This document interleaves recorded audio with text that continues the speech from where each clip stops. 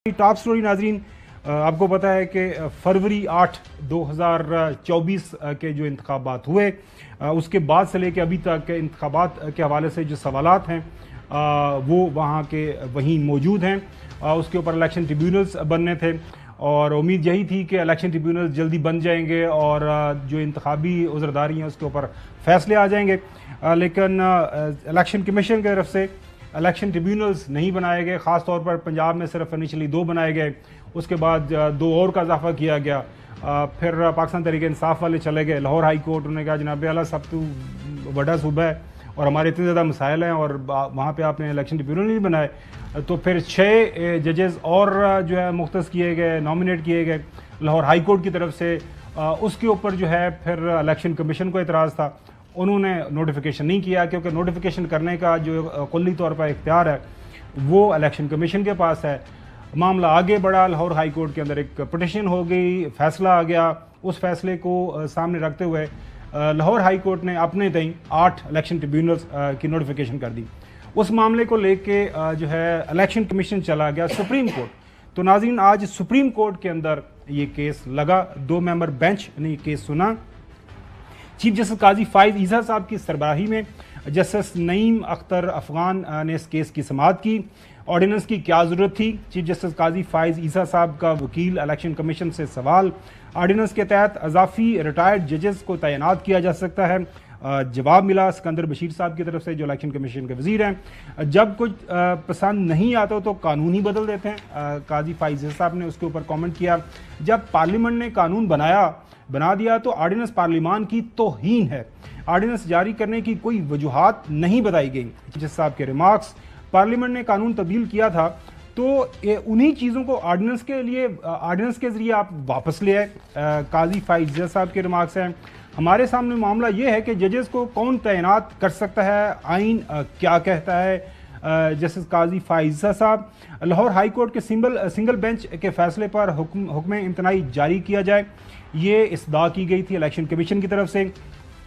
फैसला मुअत्तल होगा तो हम लाहौर हाई कोर्ट के चीफ जस्टिस से बाहमी मुशावरत कर सकेंगे, ये इलेक्शन कमीशन की तरफ से ये मौक़िफ़ था। सलमान अकरम राजा साहब हुक्म इब्तनाई जारी करने की मुखालफत कर रहे हैं। ये आज काजी फाइज़ साहब ने केस सुनने के दौरान ये बताया। हम इलेक्शन कमीशन को chief justice Lahore high court से मुशावरत के लिए रोक नहीं रहे। काजी फाइज़ साहब के रिमार्क्स, आइन के मुताबिक ट्रिब्यूनल्स बनाना इलेक्शन कमीशन पाकिस्तान का काम है। चीफ जस्टिस काजी फाइज़ साहब के रिमार्क्स, सुप्रीम कोर्ट ने इलेक्शन ट्रिब्यूनल्स की तश्कील का फैसला मुअत्तल करने की इलेक्शन कमीशन की इस्तदा मुस्तरद कर दी। सुप्रीम कोर्ट के सामने जो मरकजी इस्तदा है, जो सवाल है कि इलेक्शन ट्रिब्यूनल की तैनाती कौन कर सकता है, सुप्रीम कोर्ट ने आज हेयरिंग उसके ऊपर हुक्मनामा जारी कर दिया है।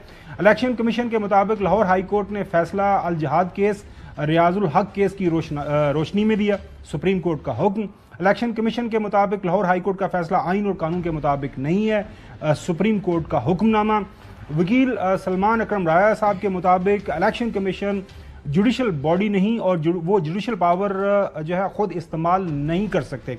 सुप्रीम कोर्ट का हुक्मनामा, वकील सलमान अकरम राजा ने सदा किया है कि आइनी मामले की तशरीह के लिए 5 मेंबर जो लार्जर एक बेंच बना दिया जाए। सुप्रीम कोर्ट के सामने मामला आइनी तशरीह का है, आइन की तशरीह का है। फ्री कैन को नोटिस जारी करते हैं। आज सुप्रीम कोर्ट ने हुक्म दे दिया है। इसके ऊपर इलेक्शन कमीशन की अपीलें प्रैक्टिस एंड प्रोसीजर एक्ट के तहत कमेटी को भिजवाई जाती हैं। हुक्मनामा, सुप्रीम कोर्ट का कमेटी ट्रिब्यूनल के मामले पर आइनी तशरीह के लिए जल्द अज जल्द लार्जर बेंच तश्कील दे, ये सुप्रीम कोर्ट का हुक्म। हसन अयूब साहब, ज़ाहिर अहम सवाल है, तशरीह चाहिए और अगर मैं गलत नहीं, आपने कहा था ये जनाब जाएंगे, पेश होगा और फारग हो जाएगा। जी बिल्कुल, मैंने ये बात की थी। और हमारी राय ये थी इसके ऊपर, ज़्यादा लोगों की, पाकिस्तान के आइनी जो माहिरीन हैं वो ये कहते थे कि आइनी तशरीह का मामला है और इसके ऊपर मेरे ख्याल में सुप्रीम कोर्ट कुछ सुनेंगी और वही हुआ कि इनिशियल जो पिटिशन है वो मुस्तरद कर दी गई इलेक्शन कमीशन की और अब ये एक लार्जर बेंच बनेगा और इसकी तशरीह कर देगा। नहीं, थोड़ा सा देखने का आपका अंदाज़ा थोड़ा मैं इससे इख्तलाफ करता हूँ। तरीका ये है कि आइन का आर्टिकल 219C उसमें लिखा हुआ है कि अपॉइंटिंग ऑफ ट्रिब्यूनल्स जो है ये मैंडेट है इलेक्शन कमीशन का। اب 219C کا آج ریمارکس میں بھی چیف جسٹس نے کیا بات کی، انہوں نے بتایا، اور ایون کہ نعیم اختر افغان صاحب نے بھی یہ کہا کہ یہ تو اختیار ہے ہی الیکشن کمیشن کا۔ اچھا، اس سے پہلے چیف جسٹس عامر فاروق صاحب بھی اپنے آرڈر میں لکھ چکے ہیں جب ٹریبیونلز والا ایشو ان کے سامنے آیا تھا، کہ انہوں نے بھی کہا کہ یہ اختیار الیکشن کمیشن کا ہے، کیونکہ سلمان اکرم راجہ صاحب نے استدعا کی کہ لارجسٹ بینچ بنایا جائے۔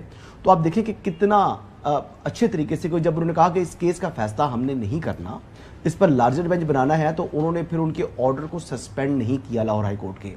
اگر کمپیریزن کریں مخصوص نشستوں والا کیس جب سپریم کورٹ میں گیا تو اس بینچ نے آرڈر کو سسپینڈ کیا پشاور ہائی کورٹ کے، اور پھر میٹر ریفر کر دیا 5 رکنی بینچ کو یا لارجسٹ بینچ کو۔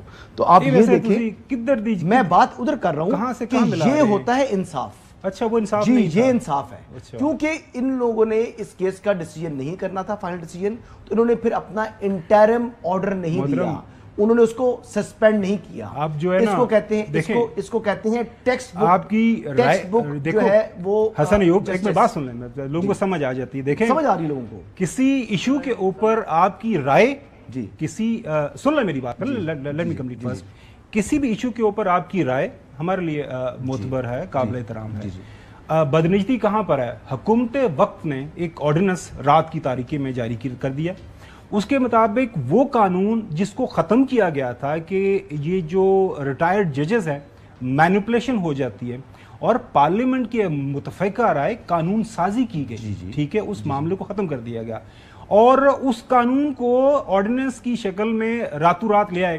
تو بدنجتی جو ہے، جو چیف جسٹس صاحب کے ریمارکس آپ نے سنے ہوں گے کہ کیا ایمرجنسی تھی، کیا وجوہات تھیں کہ آپ نے ایک کیئر ٹیکر جو ہے، جو صدر کی موجودگی میں سارا کچھ کر دیا، ہمیں بتائیں تو صحیح، آپ پارلیمان کی توہین کر رہے ہیں، جو غلط بات ہے، جو آپ کی وہ یہ نا کہ جو پسند ہے، من پسند ہے، وہ چیزیں آ گئیں۔ آپ کے ریمارکس ہو گئے؟ ہاں، ریمارکس نہیں، ریمارکس ہی میں حقیقت بیان کر رہا ہوں، آپ بیان کریں نا، لیکن یہ معاملہ سپریم کورٹ کے سامنے نہیں تھا۔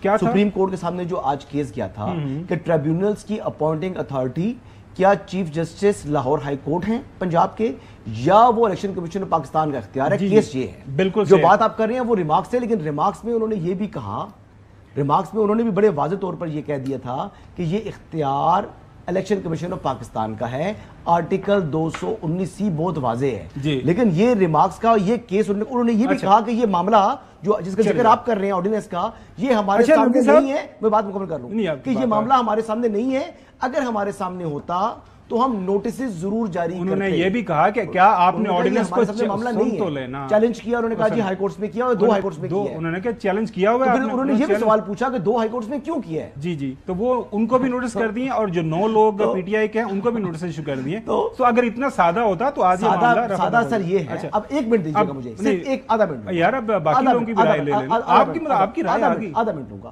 سر، میری رائے میں آپ کی رائے دیتی نا۔ نہیں، میں رائے نہیں دی، معاملہ یہ ہے کہ جو مخصوص نشستوں والا معاملہ تھا اس میں آئین خاموش ہے، اس لیے اس کی تشریح کی ضرورت تھی، اور وہ 5 رکنی یا اس سے بڑا بینچ بننا جو ہے ایک مینڈیٹری چیز تھی۔